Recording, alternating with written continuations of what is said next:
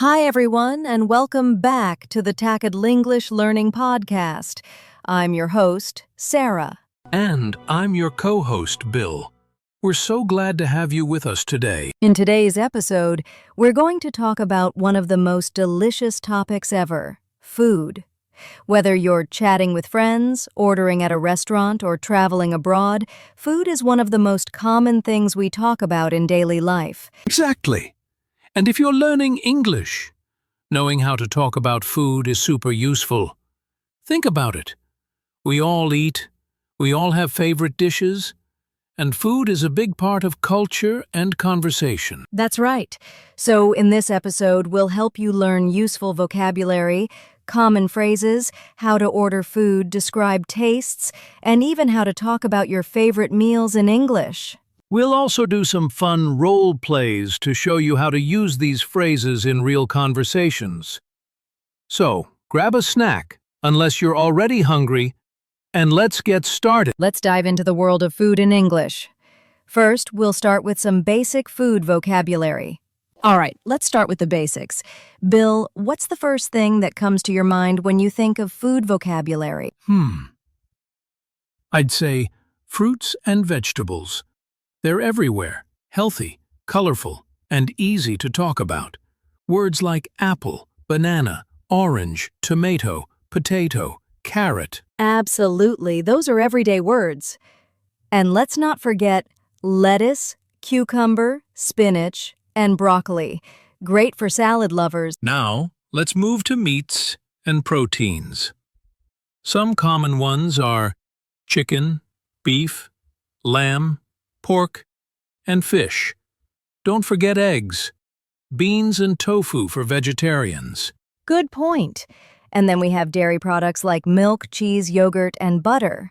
These show up in breakfast foods a lot. Speaking of breakfast, we also have grains and carbs. Bread, rice, pasta, cereal, oats, and noodles. Right. Now, let's give some useful verbs that go with food. For example, eat. I eat lunch at noon. Cook. She cooks dinner every day. Boil. Boil the eggs for 10 minutes. Fry. He fried some chicken last night. Bake. I love to bake cookies. Nice. And also chop, slice, peel, and mix. These are great when you talk about cooking or recipes. Let's use some of those in example sentences to help our listeners. Sure, here's one. I usually eat rice with vegetables for lunch. Or, she chopped the onions and fried them in a pan. And they baked a chocolate cake for the party. That's a good one. And by the way, don't worry if you don't remember every single word right away. Just try using a few new ones every day in your conversations. Exactly. Repetition is key. And if you're not sure how to pronounce a word, just listen to native speakers or use a pronunciation app. Okay, so that covers the basics: food groups, verbs, and example sentences. Let's keep going and see how to use these in daily life. Up next, we'll show you how to talk about meals in English, like breakfast, lunch, and dinner. Stay tuned. Okay, now let's talk about something we all enjoy: meals. In English, the three main meals are breakfast, lunch, and dinner. That's right. So let's go through them one by one. Starting with breakfast. Sarah, what do you usually have for breakfast? I usually have toast with peanut butter and a cup of coffee. Sometimes I add a banana or some yogurt. What about you? I'm more of a cereal and fruit kind of guy. And on weekends, I like to cook eggs and pancakes, a big breakfast. That sounds delicious. So, here are some useful phrases our listeners can use to talk about breakfast. I usually have, for breakfast, I like, my typical breakfast is. Exactly. Now let's move to lunch. This is usually a lighter meal, depending on where you live. What do you eat for lunch? During workdays, I often eat a sandwich or salad. Sometimes I bring leftovers from dinner. How about you? Rice with vegetables or grilled chicken. And if I'm in a rush, I just grab a quick wrap or soup. Nice. Useful sentence structures for lunch could be, at lunch I often eat, I usually bring my lunch from home.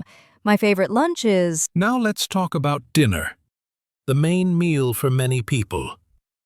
Sarah, what's your go-to dinner? I love cooking. I usually make pasta, curry, or roasted vegetables, and sometimes I order takeout, especially after a long day. Same here. I enjoy making stir-fry dishes or grilled salmon with rice. And yes, pizza night is a regular thing at my place. I think that's a global tradition now. Now, if you're talking with someone about meals, here are more phrases you can use. What do you usually eat for dinner? Do you cook at home or eat out? Last night I had... And don't forget, asking about someone's favorite food is a great way to start a conversation. Like, what's your favorite meal of the day? Do you prefer sweet or savory foods? These are all great ways to talk naturally about food and meals in English. Just remember, keep it simple, and be curious about what others eat too. Awesome! So now that we've talked about meals, let's move on to ordering food at a restaurant. That's where things get really useful. Yep, let's get into it. All right, let's talk about something super useful. Asterisk it ordering food at a restaurant. Whether you're traveling or eating out in your hometown, this is a great skill to have. Yes. So let's walk our listeners through a typical restaurant conversation. First, when you walk in, someone might greet you and say, "Hi, how many people?" Or, "Do you have a reservation?" You can respond with, "Table for two, please." "No reservation, but we'd like a table." Then the host might say, "Right this way," and take you to your table.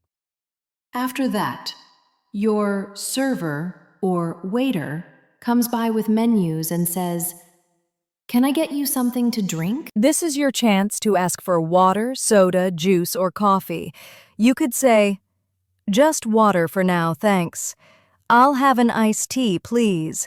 Then they'll usually say, "Are you ready to order?" Or, "Do you need a few more minutes?" You can answer, "Yes, I'm ready," or "Could we have a few more minutes, please?" Now, let's order some food. If you're ready, you can say, "I'd like the grilled chicken with rice. Can I get the pasta, please? I'll have the cheeseburger with fries." And if you have special requests, you can say things like, "Can I have it without onions? Is this dish vegetarian? Can you make it less spicy?" Don't forget to be polite. Always say please and thank you. Absolutely. After you eat, the server might ask, "How was everything?" You can say, "It was great, thank you. Everything was delicious." Then you'll probably ask for the check. You can say, "Could we get the check, please?"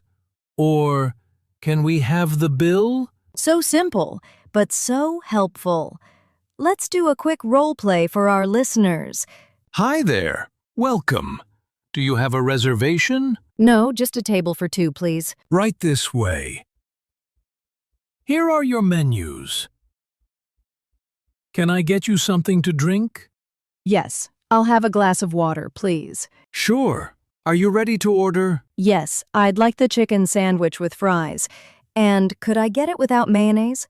No problem. I'll be right back with your order. And that's it. A full, simple restaurant conversation in English. Practice this often, and you'll feel confident the next time you're eating out. Next up, we're going to talk about how to describe the taste and texture of food. Yum. Now that we've learned how to order food, let's talk about something even more fun. How to describe the taste and texture of food. Yes, because saying "it's good" all the time isn't enough, right? We need better words to really express what we're eating. Exactly. Let's start with taste. Some basic taste words include sweet, like cake, chocolate, or honey. Salty, like chips or fries. Sour, like lemons or vinegar. Bitter, like dark coffee or grapefruit. Spicy, like chili peppers or hot sauce. Savory, like soup, meat, or roasted vegetables. Those are great. So, instead of saying, "This is good," you could say, "This soup is so savory. I love how sweet these strawberries are. Whoa, that curry is really spicy." Exactly. Now let's move on to texture. That's how food feels in your mouth. Here are some useful words. Crunchy, like chips, nuts, or fresh carrots. Crispy, like fried chicken or toasted bread. Soft, like cake or cooked rice. Chewy, like gum or steak. Creamy, like yogurt or mashed potatoes. Juicy, like oranges or grilled meat. Here's how we can use them in sentences. This toast is really crispy. The steak is tender and juicy. I love how creamy this pasta is. Nice examples. These words help make your English more descriptive and natural. And remember, you don't have to memorize everything at once. Just pick 2 or 3 new words and try using them when you talk about food. Right. You could even describe your lunch to a friend. I had a spicy curry with soft rice and crispy vegetables. Perfect! You're not just saying what you ate. You're painting a picture with your words. Okay, now let's take all this vocabulary and use it in real conversations. Up next, talking about your favorite foods. All right, now let's help our listeners learn how to express likes and dislikes when talking about food. Yeah, this is super useful in everyday conversation. Let's start with the basics. If you like something, you can say, "I like pizza. I love chocolate. I really enjoy sushi." And if you don't like something, you can say, "I don't like olives. I can't stand spicy food. I'm not a fan of broccoli." You can also use softer expressions if you want to be polite, like, "It's not my favorite. I don't really care for it. I prefer something else." Right. Let's do a quick example. Bill, what's one food you really like? Easy. I love tacos. They're flavorful, spicy, and fun to eat. What about you? I really enjoy fresh salads with lots of veggies and avocado. So tasty, but I'm not a fan of mushrooms. The texture is weird for me. Ha ha! I get that. I actually like mushrooms, especially on pizza. But I'm not big on super sweet desserts. I prefer salty snacks. So, as you can see, using phrases like I love, I don't like, or I prefer helps you share your opinion clearly. And it makes conversations more natural. Try saying what you like or don't like after your next meal. It's great practice. Exactly. Coming up next, we'll talk about how to have casual food conversations with friends. So, let's move into the kitchen now and talk about cooking and recipes. Many people love cooking, and it's a great way to practice English too. Absolutely. First, you need some basic cooking verbs. Here are a few common ones. Boil, like boil water. Fry, like fry an egg. Bake, like bake a cake. Chop, like chop onions. Mix, like mix the ingredients. You can also say things like, I love to cook pasta. Yesterday, I baked some cookies. I'm learning how to make curry. Here's a simple example of how to describe a recipe. Sarah, how would you describe making scrambled eggs? Sure, I'd say, first I crack 2 eggs into a bowl and mix them with a fork. Then I heat a pan, add some butter, and pour the eggs in. I stir them until they're cooked. And finally, I add a little salt and pepper. Nice. Very clear and simple. You don't need fancy words, just basic steps and cooking verbs. Exactly. And it's a great idea to practice this.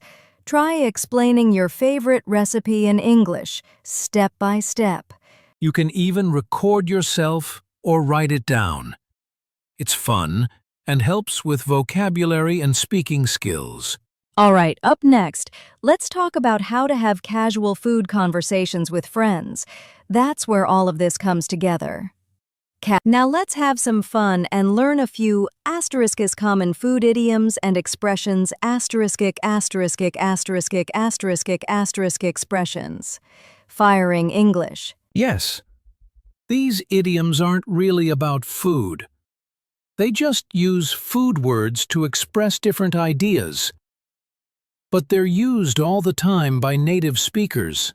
All right, here are a few popular ones. Piece of cake, something that's very easy. The English test was a piece of cake. Spill the beans, to reveal a secret. Come on, spill the beans. What happened at the party? In a pickle, in a difficult situation. I forgot my wallet at home, now I'm in a pickle. And here are a couple more. The big cheese. An important person. He's the big cheese at the company. Butter someone up. To flatter someone. Are you trying to butter me up so I'll do your homework? These are so fun, and they really help your English sound more natural and fluent. Exactly. Listeners, try to learn one or two of these and use them in your conversations. Now it's time for a practice conversation. Bill and I will act out a short dialogue to show how you can use the vocabulary and phrases we've talked about today. Let's imagine we're at a restaurant, choosing what to eat. Ready? Ready. Hi there. Welcome to Sunny Bites. Can I get you something to drink? Yes, I'd like a glass of water, please. And can I see the menu? Of course. Here you go. Today's special is spicy grilled chicken with creamy mashed potatoes. That sounds delicious, but I don't really like spicy food. Do you have something mild? Yes, the baked salmon with vegetables is very popular. It's savory and not spicy at all. That sounds great. I'll take that. And could I also get a small salad? Sure. Would you like a dressing with your salad? Yes, Italian dressing, please. Great choice. I'll be right back with your order. So in that short conversation, we used phrases like, I don't really like spicy food. That sounds delicious. And vocabulary like creamy, baked, and savory. Right. You can practice a similar conversation with a friend or even by yourself in front of a mirror. Don't worry about being perfect. Just focus on using the words naturally. Over time, it becomes easier. Coming up next is our final section. Some last tips and a quick wrap-up to help you keep improving. Well, Bill, that was a fantastic journey through all things food in English. Let's quickly recap what we covered today. Sure. We started with useful food vocabulary, then talked about meals and ordering food, followed by how to describe taste and texture.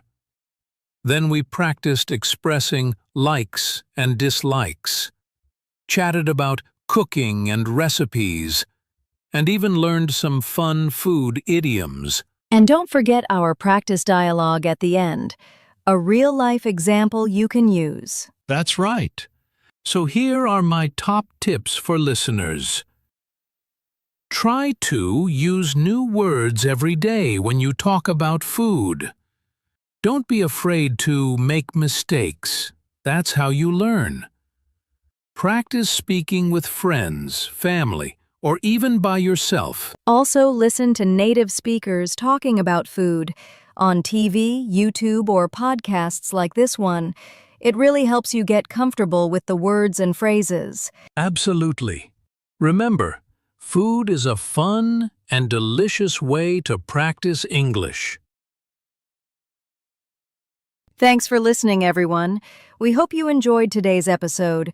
Be sure to practice, and we'll see you next time on the English Learning Podcast. Bye, everyone. Keep practicing and enjoy your food conversations. Thanks so much for joining us today on the English Learning Podcast. We hope you found these tips and conversations helpful. If you enjoyed the episode, please like, subscribe, and share with your friends who want to improve their English. And don't forget to check out our other episodes for more fun and useful English lessons. Got questions or topic ideas? Leave us a comment. We love hearing from you. Until next time, keep practicing and keep enjoying your food and your English. Bye for now. Take care and see you soon.